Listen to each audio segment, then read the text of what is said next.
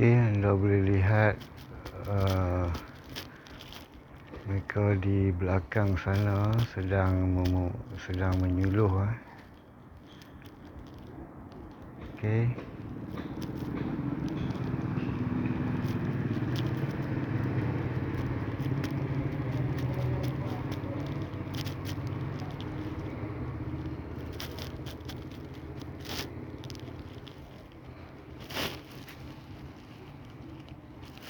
Okey ya.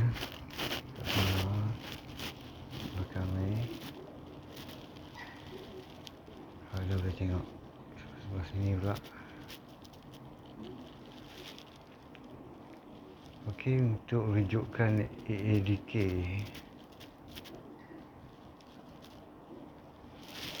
Tadi dekat sebelah sana.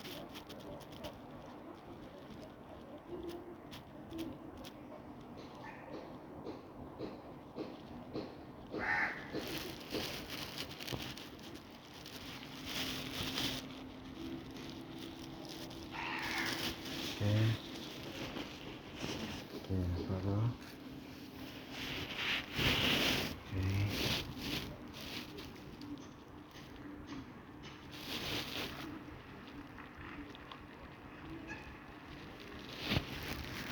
Okey.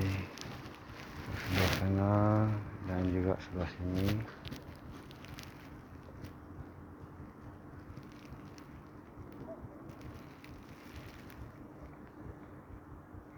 Dah hampir setahun lah mereka ganggu saya macam ni.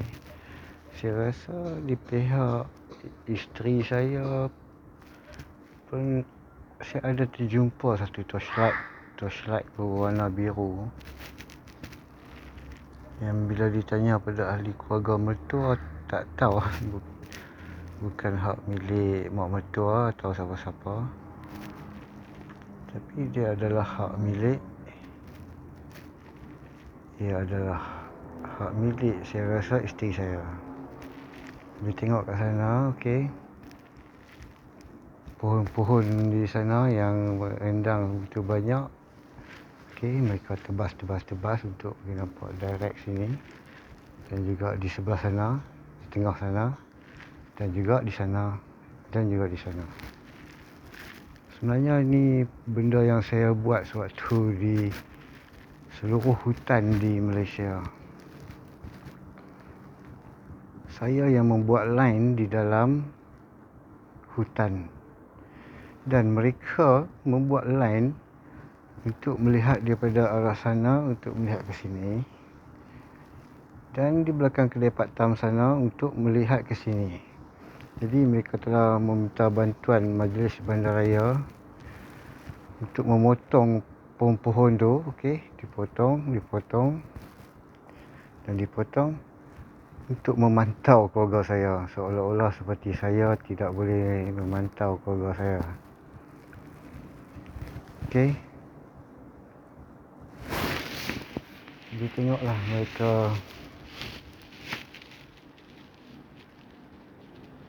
bermain lampu.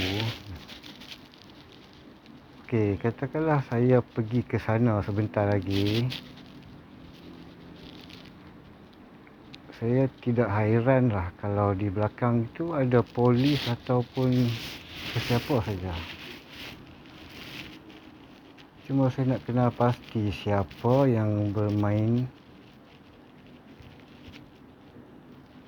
Nampak tu? Saya rasa anda nampak. Dan mungkin dibantu oleh para nelayan untuk menyuluh saya. Okay, anda boleh nampak tak?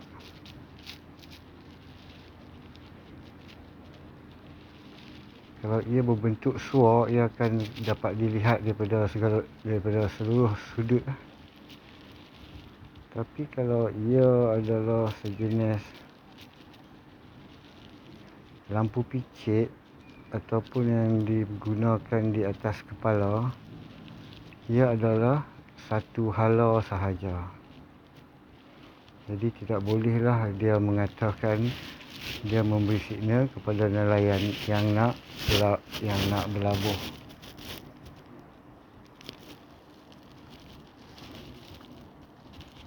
Adakah mereka fikir saya ni seorang yang bodoh? Adakah mereka fikir bila saya mengambil drug, saya menjadi babi seperti mereka? Keperluan drug yang saya ambil pun terhad sahaja untuk kalau saya tak ambil drug, saya tidak akan dapat menangkap seorang polis yang membuat hubungan dengan isteri saya. Jadi untuk nak mendapatkan detail, merungkai lagi misteri sebelum saya berpindah ni, saya masih mengambil dadah jenis syabu ni sebab agak-agak sebab apa tak larat nak bagi tahu lah. Mereka ingat saya ini orang yang tak, yang bodoh lah. Mereka ingat saya ni orang yang bodoh lah. Saya dah boleh nampak dengan jelas lah mereka suluh dari. Okay. Katakanlah ia adalah polis. Kenapakah polis perlu membuat perkara seperti itu? Agak-agaknya memang mereka, saya dapat tahu, berlindung di belakang polis. Tak apalah. Saya ni tak ada kenalan orang yang polis. Tak apalah. Mungkin mereka masih menganggap saya ni seorang yang bodoh dan tuli. Sekiranya mereka mengatakan mereka adalah rukun tetangga.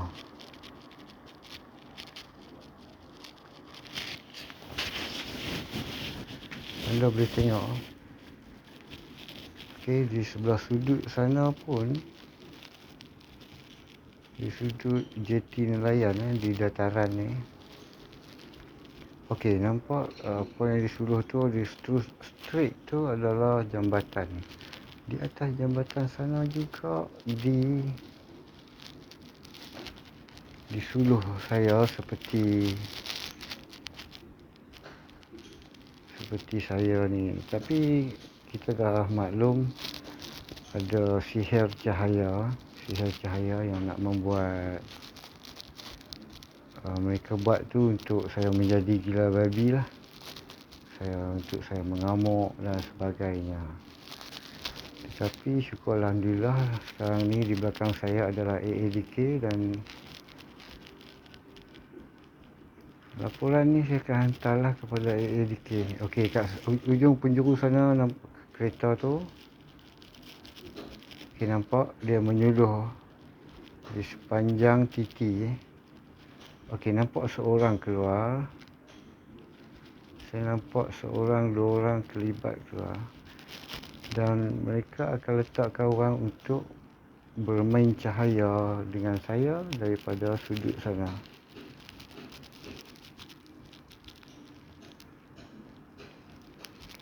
Dan mungkin mereka ada ritual-ritual yang saya tak pasti. Dan sejam lepas di semok-semok sana lah, yang ada rumah nelayan, rumah terapung. Okey, anda boleh nampak sekarang ni di atas sampan mereka cuba untuk menyuluh saya. Saya harap mereka terus bermain cahaya dengan saya malam ni. Okey, nampak dah terlibat dua orang polis masuk untuk membuat kerja mereka lah, untuk menyiasat. Dua anggota polis masuk ke dataran.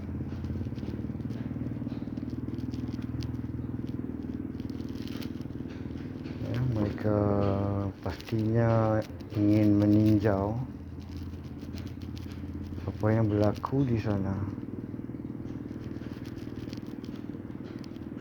Saya harapkan orang ataupun gangster yang terlibat mengganggu saya ni ditangkap. Nampak tak? Okey. Telah dikepung nampaknya. Tidak. Okey, polis membuat rondaan biasa. Unit bermotosikal membuat rondaan biasa.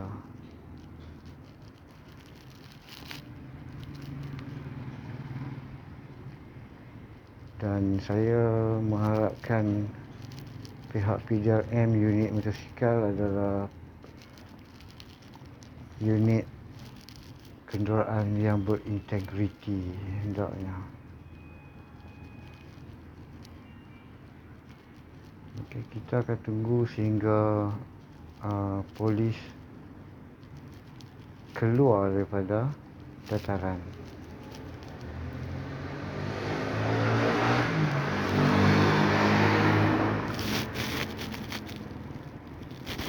Okey.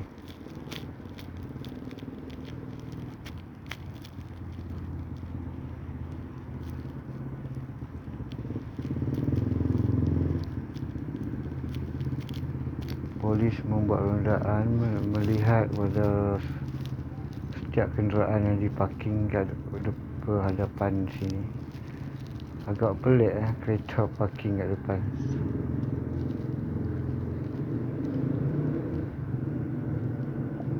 Okey.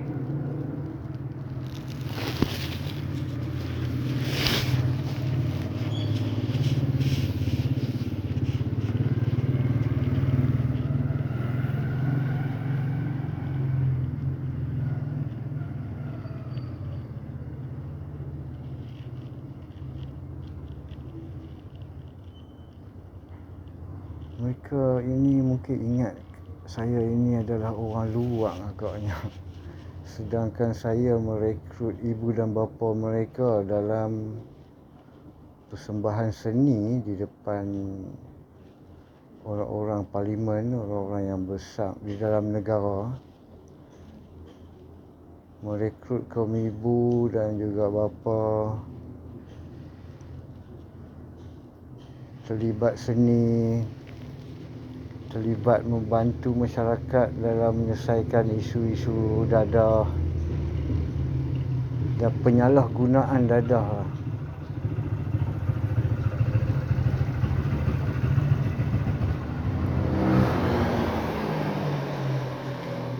Saya dah berada di Bagan Najam ni dah agak lama. Dan mereka buat seperti saya baru duduk di sini sebulan 2. Dan begitu berani bermain lighting macam tu. Dan saya beranggapan anak-anak hantu dan juga belia-belia di sini seluruhnya telah disihir oleh tentera Dajjal. Bila saya sebut disihir oleh tentera Dajjal, mungkin ada yang nak tergelak.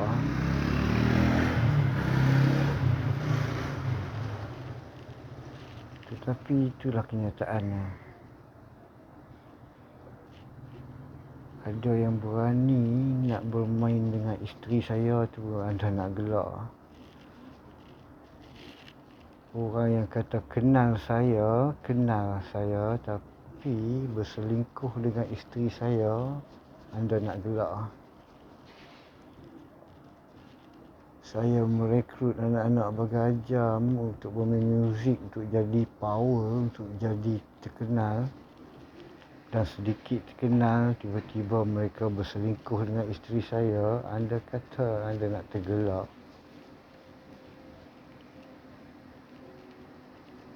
Bagaimana pula dengan pihak PDRM sendiri? Kalau PDRM yang bantuan punya tu, saya dah memang meletakkan mereka tidak membantu masyarakat, malah merosakkan masyarakat, terutamanya keluarga saya. Jadi PDRM adalah telus.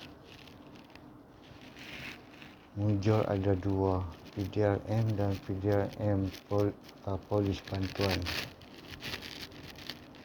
Polis bantuan bagi saya telah fobia.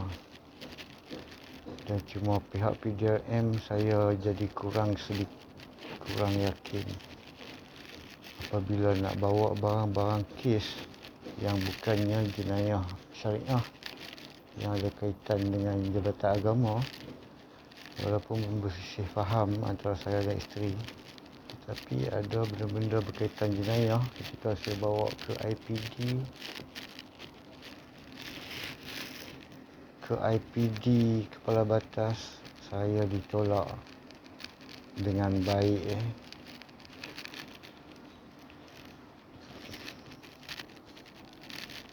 Begitu juga sewaktu saya ke Balai Polis Teluk Air Tawar. Saya sangat ingat Balai Polis Teluk Air Tawar yang sebelum ni keadaannya adalah sangat daif, terbentuk yang klasik, yang lama bangunan. Setelah kita buat kerja ukur dan diberikan kepada arkitek, kemudian lihat sekarang ni Balai Polis Teluk Air Tawar tu, saya masuk untuk ambil nasihat kerana kes saya dan isteri.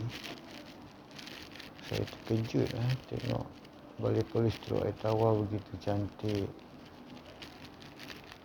Dan ketua balai masa tu pun, masa kita buat kerja ukur, sangat baik lah. Dan anggota-anggota serta isteri mereka pun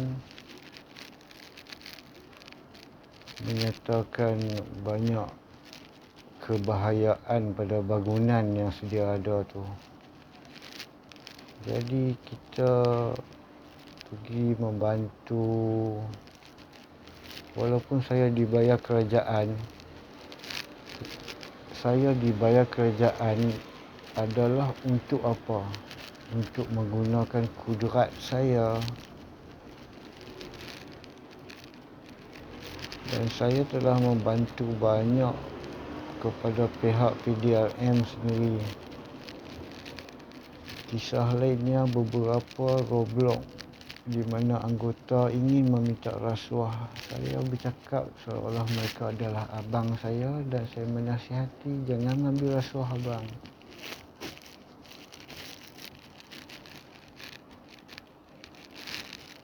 Dan dia terkejut. Dalam ramai-ramai orang yang dia tahan, mungkin dia berjaya mengambil rasuah. Tapi dengan saya tidak mahu dia mengambil rasuah. Kerana pada waktu tu, saya ada takwa, iaitu takut kepada Allah yang sedikit sangat. Dan selepas itu, dia membebaskan kami. Kesalahan adalah kawan saya tidak ada lesen, tetapi saya ada lesen. Saya ingatkan dia ada lesen. Kami ditahan oleh polis. Dan ada juga beberapa roblok yang terpaksa juga memberi rasuah, iaitu sekotak rokok dan hil. Kami tak ada duit untuk membagi pada anggota.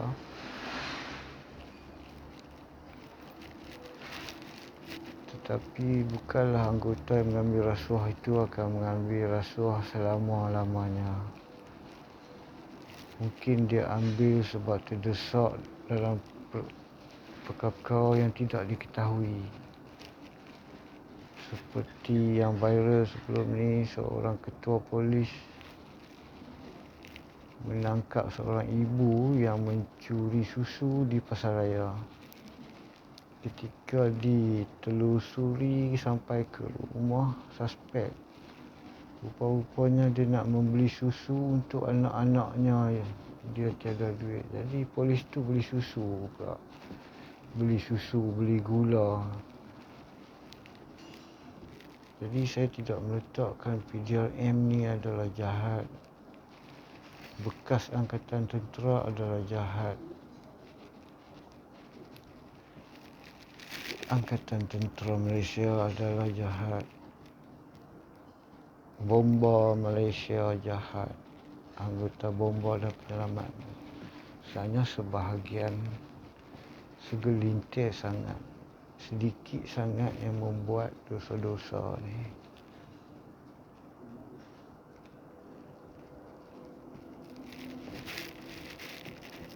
pada satu kisah saya melalui satu lebuh raya, tiba-tiba anggota polis tu saya terlanggar dan dia patah kaki. Anda agak-agak apa yang berlaku pada saya? Waktu itu saya bawa anak saya yang berada di depan dan juga isteri saya di belakang. Rupa-rupanya dia ke tengah jalan untuk membaling kayu kepada mak rempit yang berada di belakang saya. Saya tak sengaja langsung sebab dia yang melintas mengejut, jadi saya terlanggar, kaki dia patah. Saya nak berpatah balik nak tengok apa terjadi, tapi sebelum tu masa jatuh tu saya memegang, memangkuk kepalanya, saya pegang tangan dia, saya ucap, saya mohon maaf. Tapi dia kata tak apa, dia bekerja. Saya kata, wah kalau macam inilah kerja PDRM. Bukanlah sesuatu yang mudah ketika mereka melangkah keluar daripada rumah, meninggalkan anak isteri. Mereka juga berkorban yang sangat dahsyat.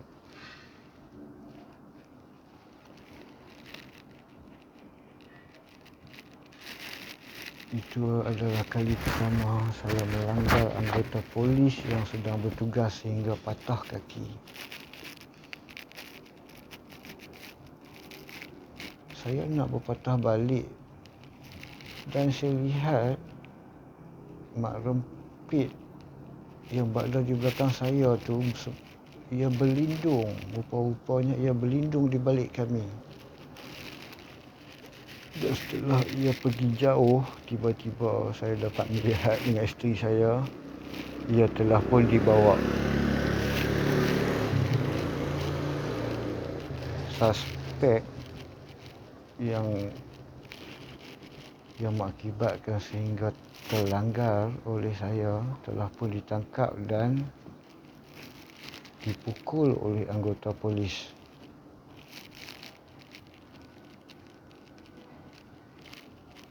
Tol Sungai Nyok lah.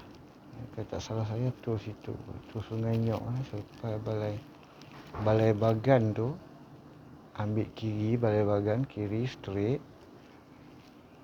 Straight itulah yang kena tol Limau Kupang, tak ingat lah, kena tol Sungai Limau Kupang, tak ingat.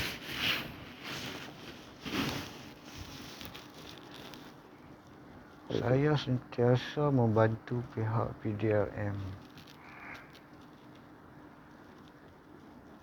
Cuma saya nak pihak PDRM membantu saya mengenal pasti siapakah anak-anak hantu ni. Tidakkah mereka berfikir saya ini adalah guru kepada ibu bapa mereka yang membuat persembahan-persembahan politik.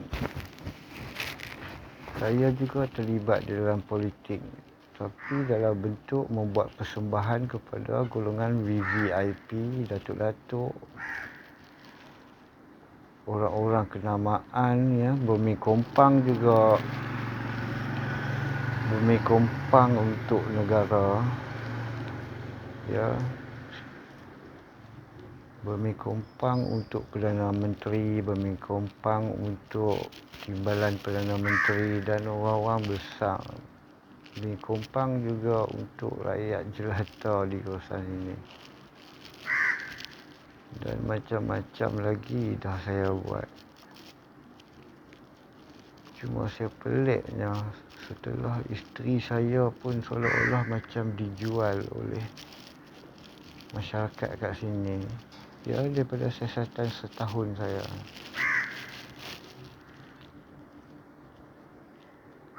Saya tengok masyarakat dah tak peduli ketika saya menjaga maruah keluarga saya. Saya agak hairan ketika pergaduhan yang berlaku selama setahun. Orang yang pohon untuk saya merekrut anak-anak bagan lanjam dalam muzik, yang minta saya keluar daripada rumah untuk bermasyarakat yang kali pertama tu. iaitu Ibrahim Shah. Yang diminta abalan untuk Ibrahim Shah dan Wan Duan Juan membawa saya keluar daripada rumah untuk berada di Dewan Kebudayaan Bagajam.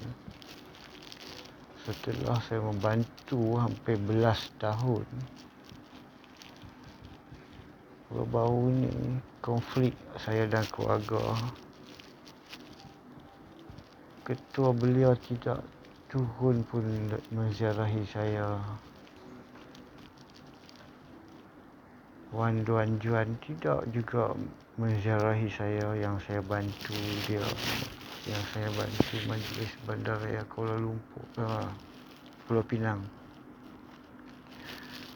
Saya bantu sebab dia bekerja dengan Majlis Bandaraya Pulau Pinang dan penguatkuasaan. Saya bantu dia menjadi spy dengan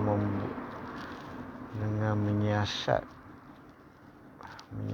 lorong-lorong dan semak-semak di belakang sungai-sungai yang berpaya di kawasan Bandar Perda dan juga Seberang Jaya. Sebab apa? Sebab beberapa kali Majlis Bandaraya membuat kepungan untuk menangkap pendatang asing di dua tempat. Kebanyakannya lolos, jadi gagal dalam setiap operasi Majlis Bandaraya nak menangkap pendatang asing. Jadi dia meminta bantuan saya untuk menyamar dengan pergi memancing